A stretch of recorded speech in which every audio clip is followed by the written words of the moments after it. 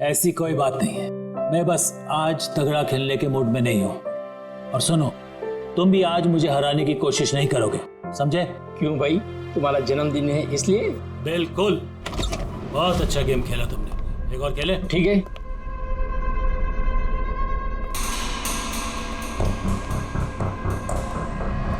Hello sir, राय sir. क्या है? Happy birthday sir, आपके लिए पार्सल आया। ठीक है, रखो इधर, रखो इधर आओ। अब क्या हुआ सर? ये लो। Thank you sir, thank you very much sir. Happy birthday sir. कुछ चाहिए तो बोलिएगा सर। ठीक है। उसने सोचा भी नहीं होगा डांट की जगह टिप मिलेगी। ये सब लोग ना मुझे घूसट और खड़ूस समझते हैं, लेकिन मुझे इससे कोई दिक्कत नहीं है। इनफैक्ट मुझे मजा आता है। अरे ये सब छोड़ो, पैकेट खोलो ना, क्या है?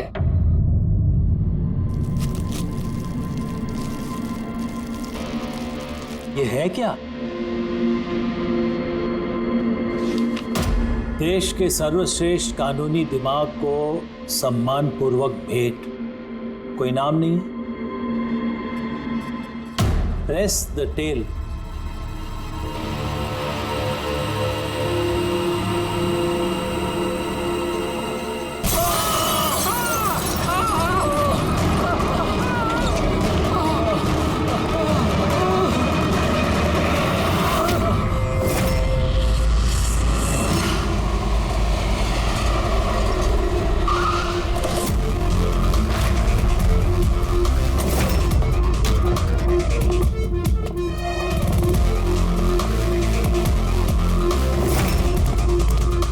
आपने कहा था बॉम्ब ब्लास्ट हुआ। हाँ सर, लॉन्च में सर। वो दोनों वहीं थे सर।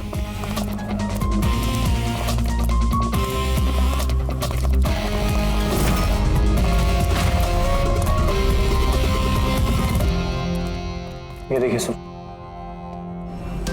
यहाँ तो कांच ही कांच है। पूरा फेस पे कांच के टुकड़े हैं। जख्म बहुत गहरा नहीं दिख रहा है। खून भी ज्यादा निकला नहीं है, तो फिर उसकी मौत कैसे होगी? सर, शायद बक्से के अंदर कांच के टुकड़े रखे होंगे। हाँ सर, इसमें एक कांच का शोपीस था। स्कैन करते वक्त गार्ड ने देखा था। एक्चुअली सर, आज जस्टिस राय सर का बर्थडे था ना, इसीलिए ये बॉक्स किसी ने भेजा था। लेकिन सर, ये बॉक्स तो मेटल डिटेक्टर स्कैनर सबसे क्लियर होके आया था, फिर पता नहीं क्यों ये सब हो गया। सर, हमारे ज़्यादातर क्लाइंट्स हाई प्रोफाइल जजेस और लॉयर्स हैं, और उनमें से ज़्यादातर ऐसे हैं जिनकी जान को खतरा है, इसलिए हम उनकी सिक्योरिटी और प्राइवेसी का पूरा ख्याल रखते हैं सर। तो आज क्या हुआ? हाँ? सर, प्रेस द टेल, क्या है ये? जो कुछ इस बॉक्स में होगा शायद उससे रिलेटेड है। ये पार्सल तो जस्टिस राय के लिए था। ये जस्टिस लाल बिना वजह मारे गए। शौपथन, अब ये ऑनलाइन शॉपिंग की गई है। चारों तरफ कांच बिखरे हैं। इन लोगों का कहना था कि धमाका हुआ है, पर अगर पैकेट के अंदर कांच था तो धमाका हुआ कैसे? और अगर यहाँ पे बॉम्ब ब्लास्ट हुआ था तो फिर मेटल या प्लास्टिक के टुकड़े या फिर बारूद, कुछ तो होना चाहिए ना। ऐसा कुछ भी नहीं है यहाँ पे। एक काम करो, ये बॉडी और ये कार्ड इसको फॉरेंसिक लैब में भेज दो। और पूर्वी, ये जस्टिस राय का मोबाइल फोन चेक करो। मेटल डिटेक्टर वहाँ, स्कैनर वगैरह तो सब है। अगर पार्सल में बॉम्ब था तो डिटेक्ट कैसे नहीं हुआ? सर, पार्सल में ऐसा कुछ था ही नहीं साहब, मैंने ध्यान से देखा था। और स्कैनर मशीन में साहब सिर्फ कांच का सामान ही दिख रहा था। अच्छा, इस स्कैनर की फुटेज स्टोर तो होती होगी? हाँ सर, फुटेज 24 घंटे तक सेव रहती है और उसके बाद अपने आप डिलीट हो जाती है। ओके, तो फुटेज देख सकते हैं हम लोग?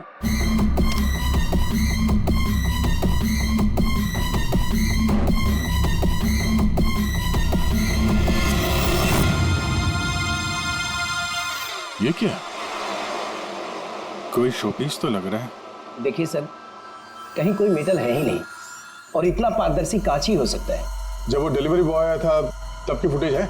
हाँ सर, और कल बारिश की वजह से सीसीटीवी कैमरा खराब हो गया था। आप कह रहे थे सिक्योरिटी का बड़ा इंतजाम है, ये आपका इंतजाम है? Sorry sir.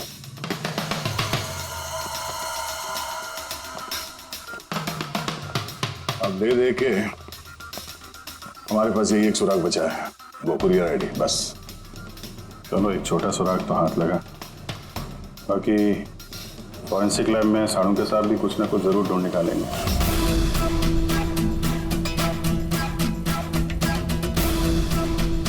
ये गुत्थी तो सूरज ही नहीं रही है। समझ में नहीं आ रहा है आखिर ये हुआ कैसे। के तू कह रहे तेरे समझ में नहीं आ रहा कि इन दोनों की मौत हुई कैसे? नहीं नहीं, ये समझ में आ गया कि इनकी मौत कैसे हुई है। ये जो कांच के टुकड़े हैं ना, इनमें जहर है, इसकी वजह से इनकी मौत हुई है। कांच के टुकड़े जहरीले थे? हाँ, वो जो कांच का शोपीस बना था ना, तो शोपीस बनाते वक्त जब कांच को पिघलाया गया तब खूनी ने उसमें जहर मिला दिया। जब कांच ठंडा हो गया तो जहर पूरे के पूरे कांच में फैल गया। कोई सोच भी नहीं सकता था बॉस। और सर, जब हमने इन कांच के टुकड़ों को टेस्ट किया तो पता चला कि इसमें एक ऐसा जहर मिला हुआ था जो कोई भी अपने घर पे बना सकता है। सर आप तो बोल रहे थे कि ये गुत्थी सुलझी नहीं है, मगर आपने तो पूरा केस ही सॉल्व कर दिया है। नहीं नहीं नहीं पंकज, ये केस सॉल्व नहीं हुआ है। सिर्फ ये पता लगा है कि कांच के टुकड़े जहरीले थे। बस ये केस जितना सिंपल दिख रहा है उतना सिंपल है नहीं। लेकिन सर इसमें इतना कंफ्यूजन क्या है?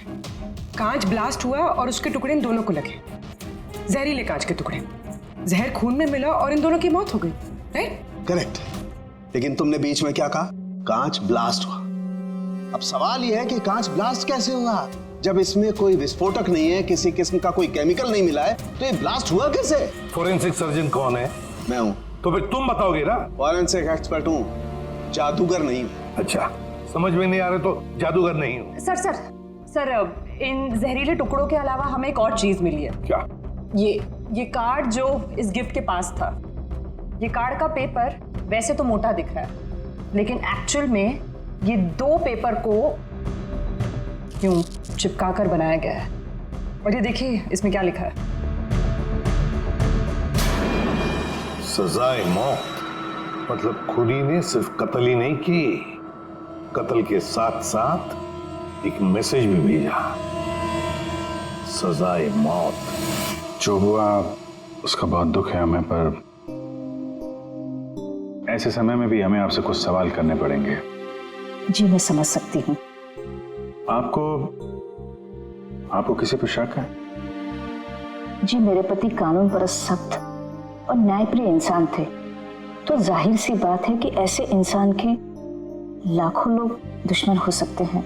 वो अपराधी जिनको इन्होंने सजा दी थी, वो वकील जो इनकी सख्ती से बहुत परेशान थे और इनके फैसले से नाखुश भी, आए दिन उन्हें धमकियां भरे फोन आते थे और लेटर्स भी,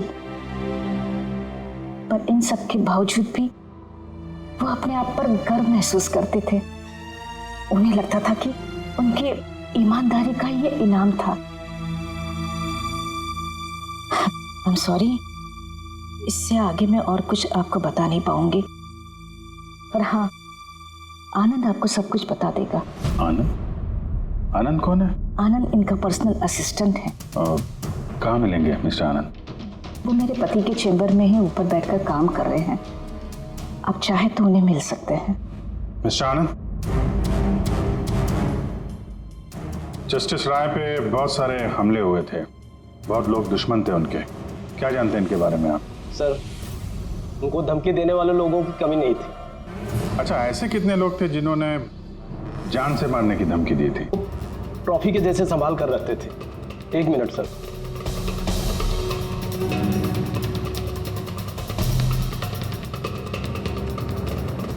ये रही उनकी ट्रॉफीज। ये सचमुच ज्यादा है। लोग उन्हें बहुत सख्त समझते थे, लेकिन सच पूछो तो सर बड़े ही ईमानदार और न्यायप्रिय थे। यहाँ तक वकील भी उनसे डरते थे और अपराधी उनके नाम से कांपते थे। धमकी भरे खत तो ठीक है, लेकिन ये पत्थर और स्याही क्यों? कई साल पहले किसी ने खिड़की से पत्थर फेंका था, तो सर ने पत्थर भी रख लिया था। और ये स्याही की बॉटल? अरे सर, ये तो कुछ ही महीने पहले की बात है।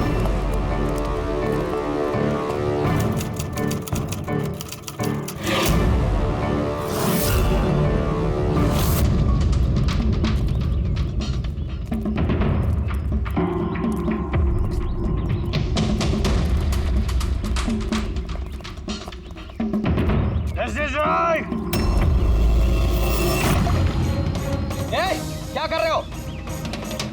तुम्हारी इसी स्याही ने मेरी जिंदगी बर्बाद की थी, याद है ना? अभी चाहकर भी भूल नहीं पाओगे मुझे, नहीं भूल पाओगे तुम। रखो, आनंद जाके बॉटल लाओ। Yes sir. ओके। अब ये बॉटल सोवेनियर बनेगी हमारी स्टडी रूम में। Yes sir. कमल को इस हरकत की वजह से फिर से जेल हुई, शायद अब भी जेल में ही हो। रेडी, ये सारी चीजें अपने कब्जे में ले लो। और मिस्टर आनंद, जज साहब को जिन जिन लोगों ने धमकी दी है सबकी डिटेल चाहिए, हमें सबकी लिस्ट चाहिए। यार वीरेन प्लीज यार, एक बार फिर से पता करो यार, शायद कुछ पता चल जाए। सर जब ये पॉसिबल है ही नहीं तो पता चलेगा कैसे? देखिए आप सिर्फ मुझे कांच के टुकड़े दिखा रहे हैं, ना इसमें बारूद है, ना केमिकल है, ना कोई मेटल, और कोई विस्फोटक पदार्थ भी तो नहीं है इसमें कि हमें पता चल सके कि ये ब्लास्ट की वजह क्या है। अरे यार वीरेन, वहां पर जो कुछ था वही दूंगा ना, वहां पर सिर्फ कांच के टुकड़े थे और कुछ नहीं था।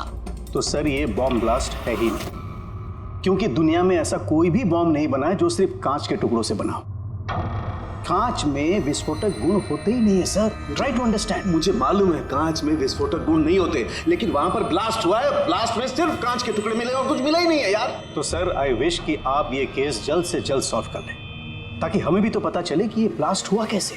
सर आप लोग कांच के गुणों के बारे में बात कर रहे हैं ना? मैं ऐसी किसी को जानती हूँ जो हमारी हेल्प कर सकती है। ग्रेट सर, उसको हर तरह के कांच के बारे में पता है। आई थिंक हमें एक बार उससे मिल लेना चाहिए। मिलते हैं तारिका, तुम जिससे कहोगे उससे मिलते हैं, बस मुझे सिर्फ ये पता करना है कि आखिर ये ब्लास्ट हुआ कैसे।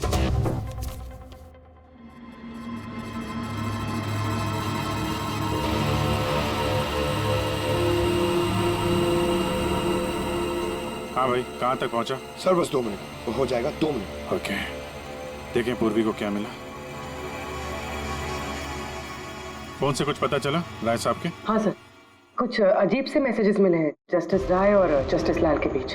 अजीब मैसेज? कैसे हैं? ये देखिए सर, ये मैसेजेस हैं या शायद कोई कोड्स हैं जो नंबर्स और लेटर्स को मिला के बनाए गए हैं।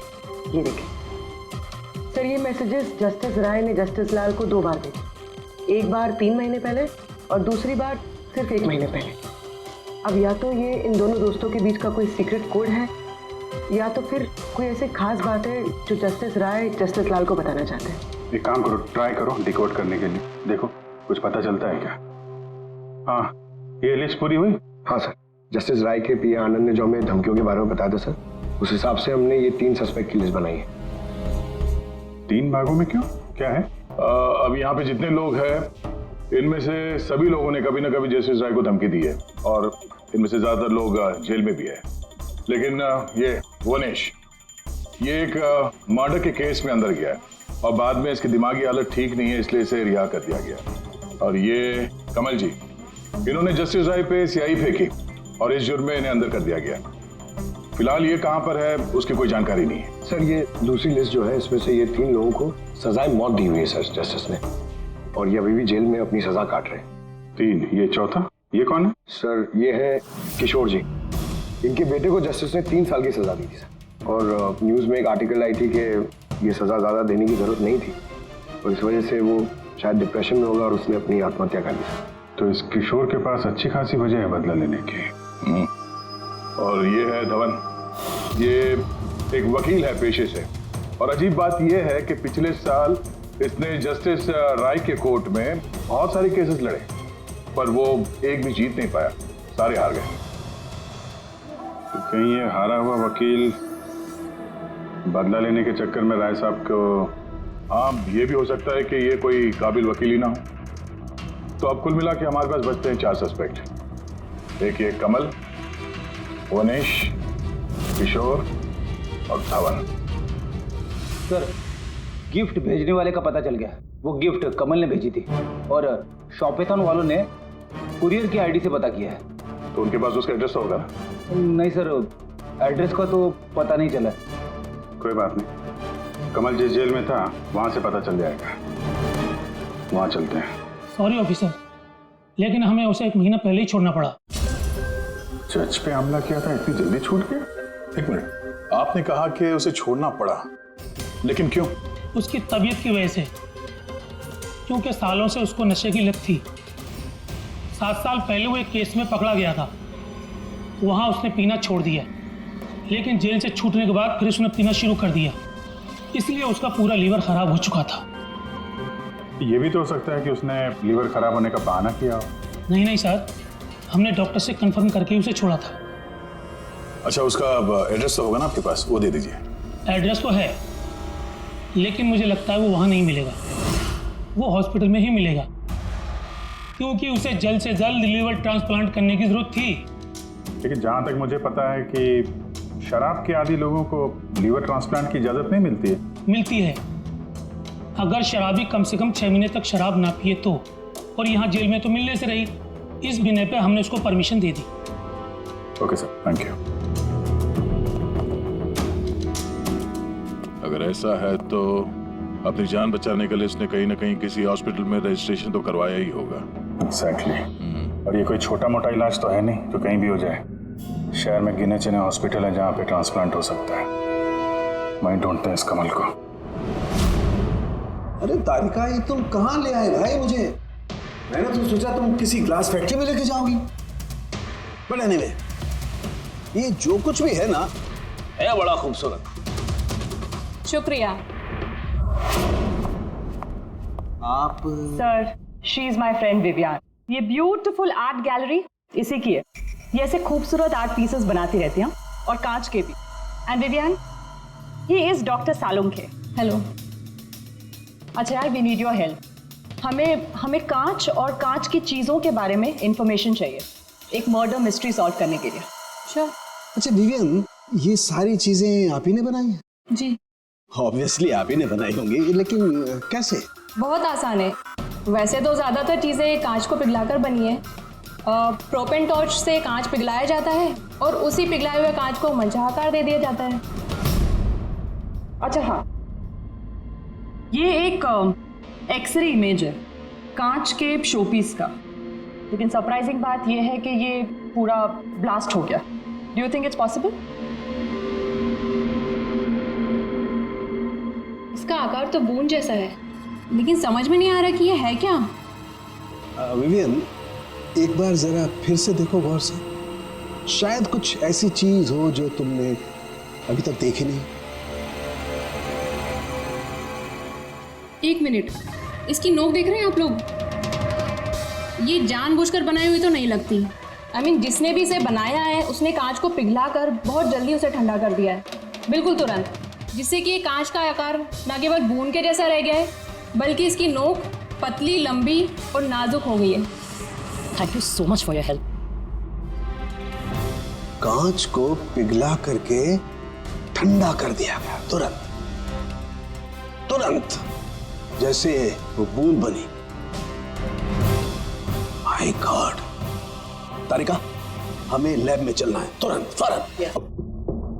धवन, भुवनेश, अब तीनों को जस्टिस राय के खून के सिलसिले में यहां बुलाया गया है। मर गया? बड़ा भगवान बनता था, लोगों की जिंदगियों का फैसला करता था। चलो अच्छा है, अब मर गया।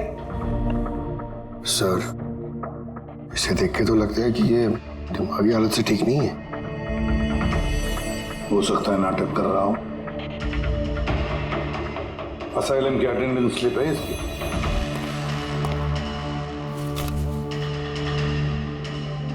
सर, इसमें तो लिखा है कि 1 महीने से बाहर ही नहीं गया असाइलम से। और ये रिपोर्ट खुद डॉक्टर ने बनाई, ये देखिए। ठीक है, ले जाओ इसे। चलो चलो उठो।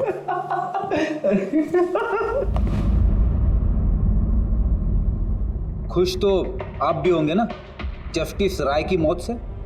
देखिए, मैं मानता हूं कि मेरे बेटे ने गलती की थी, गलत संगत में पड़ गया था वो, लेकिन न तो उसका गुनाह इतना बड़ा था और न ही उसकी उम्र कि उसे माफ न किया जा सके। और फिर अगर सजा देनी ही थी तो कम सजा दी जा सकती थी उसे, लेकिन जस्टिस राय ने ऐसा कुछ नहीं किया, जिसकी वजह से आपके बेटे ने आत्महत्या कर ली। जी। और आप जस्टिस राय को उसका जिम्मेदार मानते हैं? बिल्कुल मानता हूं, और मैं खुद को भी जिम्मेदार मानता हूं।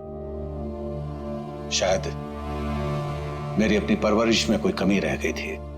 और धवन जी, आपने पिछले साल में जस्टिस राय के कोर्ट में 17 केसेस लड़े हैं और आप 17 के 17 केसेस हार गए। आपको भी गुस्सा आया होगा, इसलिए आपने तो इस वजह से मैंने उनका खून कर दिया, ऐसा सोच रहे हैं आप? इससे बचकानी सोच कोई हो ही नहीं सकती। इस वजह से कोई किसी का खून करता है क्या? इस जजमेंट की वजह से आपके क्लाइंट्स आपको छोड़कर चले गए, वकील के तौर पर आपकी बदनामी हुई। जस्टिस राय ने ना सिर्फ आपके खिलाफ जजमेंट दी, बल्कि आपके प्रैक्टिस के खिलाफ, आपकी वकालत के खिलाफ जजमेंट दी। सर, मैं मानता हूं आपने जो कुछ भी कहा सच है, लेकिन इससे यह कतई साबित नहीं होता कि मैंने उनका खून कर दिया है। धवन जी, साबित नहीं हुआ तो क्या हुआ? हो तो सकता है ना। देखिए सर, मेरी इतने सालों की प्रैक्टिस है, इस पेशे में कोई नया नहीं हूं मैं। सर, मैंने इतने सालों तक मेहनत करके बहुत नाम कमाया है, लोग जानते हैं मुझे। और सर, जिस वक्त जस्टिस राय का खून हुआ, उस वक्त मैं कहां था, क्या कर रहा था, किसके साथ था, इन सब बातों का ब्यौरा दे सकता हूं मैं, वो भी गवाहों और सबूतों के साथ। एक बात मत भूलिए धवन जी, खून एक पार्सल की वजह से हुआ है, और जिस वक्त खून हुआ उस वक्त खूनी वहां पर मौजूद नहीं था, समझे आप? इसलिए आपके गवाह और आपके सारे सबूत हमारे लिए कोई मायने नहीं रखते। आप सिर्फ भूलिएगा मत कि जब तक ये केस सॉल्व नहीं होता, आप हमारे शक के दायरे में हैं।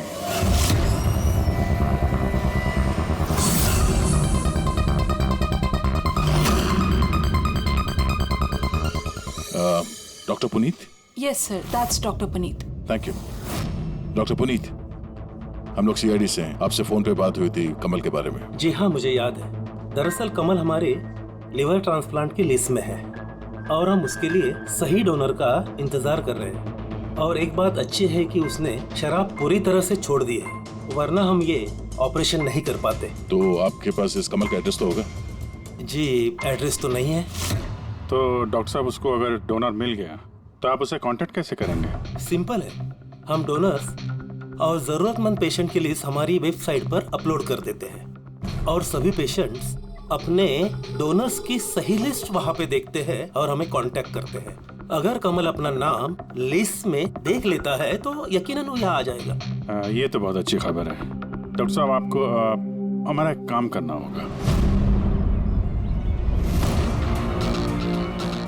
पिघले हुए गरम गरम कांच को तुरंत ठंडा करना है, तुरंत। और पानी से ज्यादा अच्छा ये काम और कौन कर सकता है?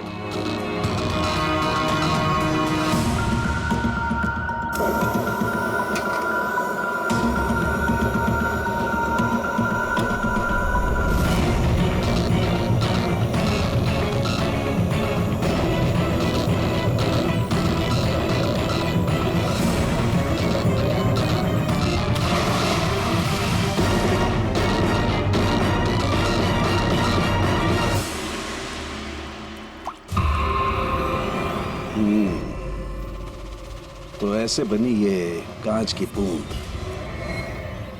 लेकिन जस्टिस राय की जिस बूंद से मौत हुई थी वो तो काफी बड़ी थी।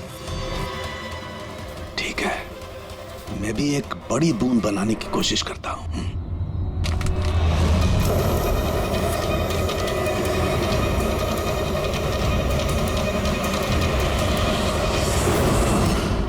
ये कोड्स आखिर है क्या? कुछ पता ही नहीं चला। My God!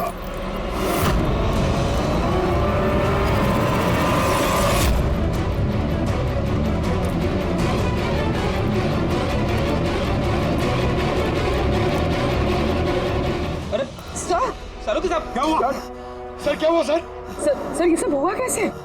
कहीं आप बॉम्ब तो नहीं बना रहे थे? हाँ, क्या बॉस, वो जस्टिस राय को और जस्टिस लाल को जिस तरह के बॉम्ब से मारा गया ना, मैंने पता कर लिया बॉम्ब किस तरह से बनाया गया। बहुत आसान है। वो कैसे सर? अरे यार, सब कुछ यही पूछोगे, थोड़ी मरम पट्टी तो करने दो यार। बस कांच के इस बूंद जैसे आकार को सिर्फ एक ही तरीके से बनाया जा सकता है, गरम गरम पिघले हुए कांच को पानी में गिराकर, पिघला हुआ कांच पानी में गिरेगा और तुरंत ठंडा होकर के ये बूंद जैसा आकार ले लेगा। इसके इस आकार की वजह से ही इसे कांच के आंसू भी कहा जाता है। यार ये कांच के आंसू के बारे में छोड़, कैसे बनते हैं? ये कांच का आंसू फूटा कैसे, ये बता पहले। वही तो पता करने की कोशिश कर रहा था बॉस। मैंने इस कांच के आंसू मतलब इस बूंद के अगले सिरे को बहुत मोड़ने की कोशिश की, लेकिन कुछ नहीं हुआ। उसके बाद मुझे याद आया पार्सल के साथ मैसेज भी आया था और उस मैसेज में लिखा हुआ था प्रेस द टेल। मैंने ये इसकी दुम, इसकी पूंछ को दबाया, बम। आपको मालूम ही है सर, ये पूंछ दबाई और टूट गया, ये कुछ समझ में नहीं आया। मैं समझा। दरअसल ये सब कुछ होता है कांच के अणुओं में भीषण भौतिक तनाव की वजह से। जैसे ही कांच, गरम गरम कांच, पिघला हुआ कांच एकदम ठंडा होता है, इसके अणुओं में बहुत जबरदस्त भौतिक तनाव हो जाता है और फिर इसकी पूंछ को जब तोड़ा गया तो जबरदस्त भौतिक तनाव की वजह से इसके अणु एकदम बिखर गए और बूम, ब्लास्ट। ये सब कुछ कोई आम आदमी जान ही नहीं सकता। इसे जानने के लिए भौतिक विज्ञान की अच्छी खासी जानकारी होना बहुत जरूरी है। यानी कातिल कोई ऐसा है जो ये सब अच्छी तरह से जानता है। डॉक्टर पुनीत अपनी केबिन में है? हाँ सर है। Thank you. डॉक्टर साहब मेरे लिए डोनर मिल गया? हाँ, कब है मेरा ऑपरेशन, कब कर सकते हैं? वो अभी हम आपका ऑपरेशन नहीं कर सकते क्योंकि आपके लिए सही डोनर नहीं मिला है। ऐसे कैसे हो सकता है डॉक्टर? मेरा नाम लिस्ट में सबसे पहले था।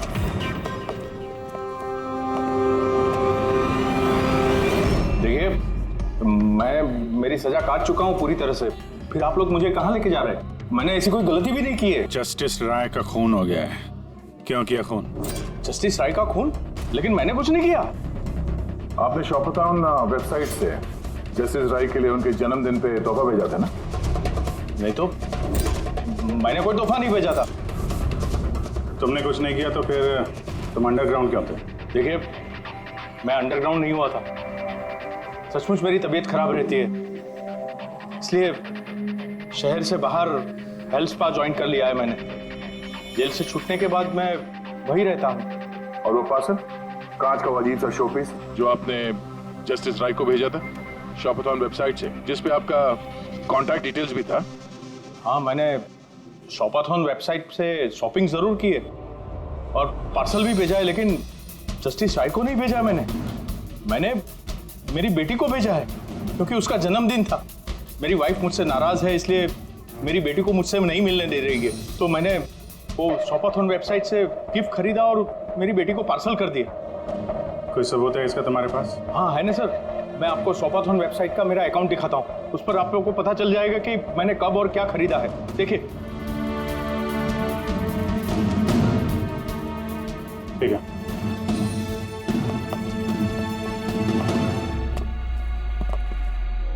ये आदमी तो वाकई सच बोल रहा। इसने तो वो गिफ्ट अपने बेटी के लिए खरीदा था, और वो भी जस्टिस राय की मौत के 2 हफ्ते पहले। मतलब कातिल जानबूझ के हमारा ध्यान इसकी तरफ भटका रहा था। यानी वो जो कोई भी है, उसे कमल की पूरी हिस्ट्री के बारे में मालूम था। उसने उसके घर से वो पार्सल का डब्बा चुराया, उसमें कांच का सामान रखा और किसी तरह से जस्टिस राय तक पहुंचा दिया। कातिल वही है जिसने ये पार्सल जस्टिस राय तक पहुंचाया।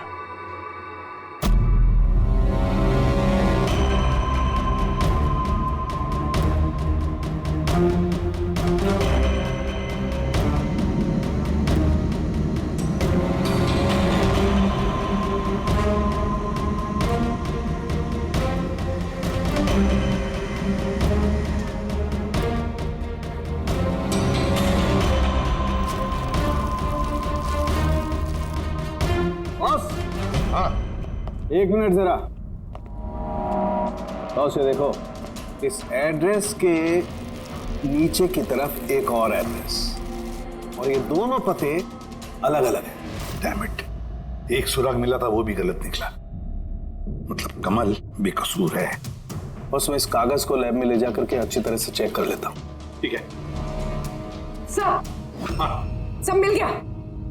एक सबूत गया तो दूसरा मिल गया। कोड डिकोड हो गया। कोड में क्या है? सर वो कोई कोड्स नहीं है, सिंपल मैसेजेस है। उन दोनों डेट्स पे जब जस्टिस राय ने जस्टिस लाल को मैसेजेस भेजे थे, उन दोनों डेट्स पे 2 बातें कॉमन थी। कौन सी बात? सर पहली बात, उन दोनों डेट्स पे दोनों जजेस में से एक शहर से बाहर था, और दूसरी बात, उन दोनों डेट्स पे संडे था। जिस दिन कत्ल हुआ है उस दिन भी संडे था। Exactly sir. और मारे जाने से पहले वो दोनों शतरंज खेल रहे थे। यस। जो मैसेजेस जस्टिस राय ने जस्टिस लाल को भेजे हैं वो कोई कोड्स नहीं, शतरंज की चालें थी। वो दोनों चाहे कहीं भी हो अपना शतरंज का खेल जरूर पूरा करते थे। जहां छोड़ा अगली बार वहीं से पकड़ते थे। मतलब दोनों भी जजेस संडे के दिन शतरंज खेलते थे, और ये बात कातिल जानता था, इसीलिए उसने उसी संडे को खुद अपने हाथों जाकर वो पार्सल डिलीवर किया। वो जानता था कि जस्टिस राय वहां होंगे। सर वो ये भी जानता था कि जस्टिस लाल भी वहां पे होंगे। बिल्कुल सही कहा तुमने अभिजीत, बिल्कुल सही कहा। हम तो ये सोचकर चल रहे थे कि कातिल ने जस्टिस राय पर हमला किया, पर उस एक्सप्लोजन में जस्टिस लाल की जान बेवजह चली गई। हालांकि असली बात तो ये है, कातिल चाहता था कि जस्टिस राय के साथ साथ जस्टिस लाल को भी खत्म कर डाले। किशोर, जतिन, भुवनेश, इन तीनों की कुंडली निकालो, देखे तो सही कि इनमें से किसी के पास कोई वजह थी इन दोनों जजेस को मारने की। और फिर धवन, पता लगाओ उसके सारे के सारे केसेस उसने जस्टिस लाल के कोर्ट में लड़े थे, वो क्या है और किसके हैं। सर, हाँ सर, धवन के बारे में पता करके आ रहा हूँ। जस्टिस लाल के कोर्ट में सर वो 100 में से 75 केसेस आ रहा था। सर, हाँ सर, जतिन के जेल रिकॉर्ड्स मिल गए। उसके वकील ने डिप्रेशन के बिना पे जतिन को छोड़ने की अपील की थी, और उसकी अपील ठुकरा दी गई थी। जज कोई और नहीं, जस्टिस लाल ही थे। तो जतिन के पिता किशोर के पास अच्छी खासी वजह है कत्ल करने की, पर इतना पेचीदा प्लान वो बना पाएगा? वही तो सर, किशोर एक स्कूल टीचर है, उसे कैसे पता होगा कि कांच के आंसू से किसी की जान जा सकती है? ये तो इस बात पर निर्भर है कि ये किशोर मास्टर जी स्कूल में कौन सा विषय पढ़ाता है। पता लगाओ ये कौन सा सब्जेक्ट पढ़ाता है स्कूल में।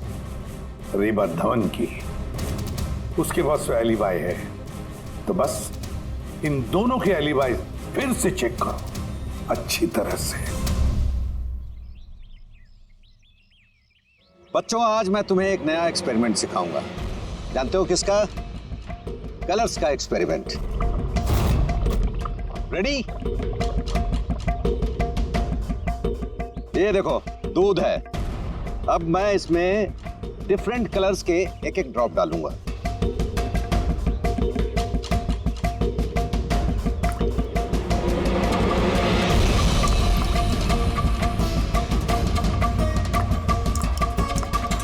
Now come here.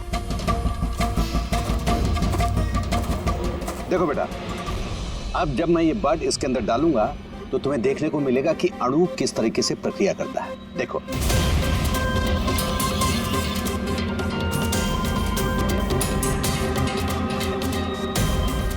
देखा? इसे कहते हैं विज्ञान का जादू। कमाल है। नहीं, मैं आपके प्रयोग की बात नहीं कर रहा हूं, आपके बारे में बात कर रहा हूं। आपने कभी बताया नहीं कि आप विज्ञान पढ़ाते हैं? आप लोग यहाँ? मैं तो बस वो प्राथमिक विज्ञान पढ़ाता हूँ। आपने बच्चों को वो कांच के आंसू वाला प्रयोग दिखाया नहीं? कैसे पूंछ दबाते ही ब्लास्ट हो जाता है। हाँ? आप क्या बात कर रहे हैं? मुझे नहीं पता। आपको सब पता है। अब जरा इन बच्चों को जाने के लिए कहिए। बच्चों, आज के लिए छुट्टी, बाकी की पढ़ाई कर जाओ तुम लोग। फ्रेंड्स को पहचानते हैं आप?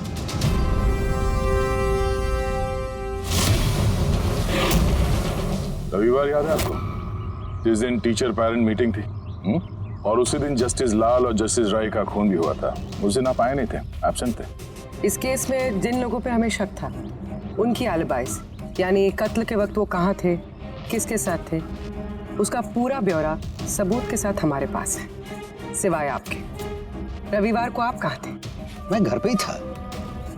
मेरी तबीयत नहीं ठीक थी, इसलिए मैं जा नहीं पाया। झूठ, आप घर पे नहीं, क्लब हाउस में थे। जस्टिस राय को वो पैकेज डिलीवर करने गए थे। अगर मैं मान लूं कि आप ठीक कह रही हैं, कोई सबूत है आप लोगों के पास? सबूत तो खैर अभी नहीं है। अच्छा, ये जो आप ये जो प्रयोगशाला यहाँ बनाया हुआ आपने, यहाँ पे जो बच्चों को दिखाते हैं, इसके अलावा कहीं प्रयोग करते हैं या यही जगह है? नहीं, बस यहाँ पे यही एक खुली बड़ी जगह है जहाँ मैं बच्चों को कुछ इंटरेस्टिंग प्रयोग बताता हूँ। अच्छा,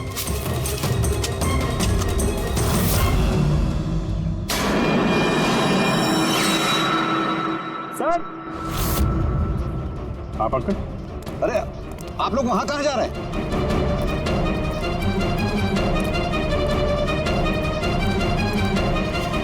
अरे ये क्या कर रहे हैं आप? प्रोफेसर साहब, आपको सबूत चाहिए था ना, वही ढूंढ रहे हैं। सर, पहचान रहे ना इसे आप? ये तो एक टुकड़ा है, ऐसे बहुत सारे टुकड़े यहाँ मिलेंगे अगर यहाँ पे आसपास खोदा गया तो। क्या आपको भी पता है?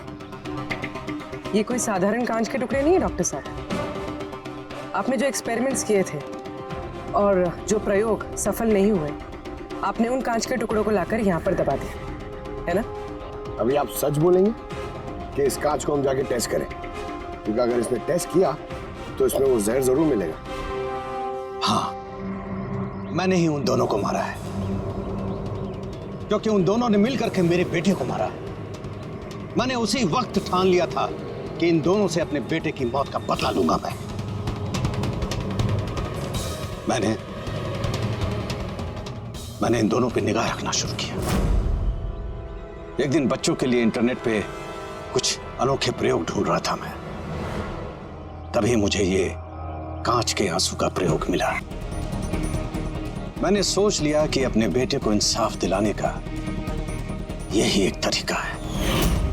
मुझे पता था कि कमल जस्टिस राय पे स्याही फेंक चुका है और अभी अभी जेल से छूटा है। मुझे उसकी बेटी के बारे में भी पता था। मैं जानता था कि वो उसे बर्थडे गिफ्ट जरूर भेजेगा। अरे भाई साहब, ये भी लेना।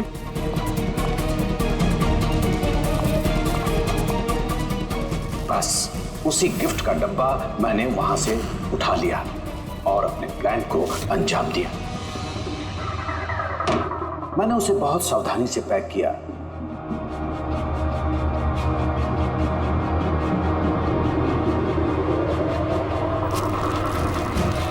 और फिर डब्बे पे पुराने एड्रेस के ऊपर नया एड्रेस लगाया। फिर मैंने उन दोनों की मौत का सामान वहां पहुंचा दिया। मुझे जो करना था मैंने कर दिया। मैंने उन दोनों से अपने बेटे की मौत का बदला ले लिया, उसे इंसाफ दिला दिया। इंसाफ नहीं, सिर्फ बदला था। इससे ना तो तुम्हारे मरे हुए बेटे की आत्मा को शांति मिलेगी और ना ही उन बच्चों को जो तुम्हें अपना गुरु मानते हैं। हाँ, तुम्हारी इस गलती से उन्हें सबक जरूर मिलेगी। अपनी बची हुई जिंदगी जेल में काटते हुए शायद आप भी अपना सबक सीख ही लेंगे।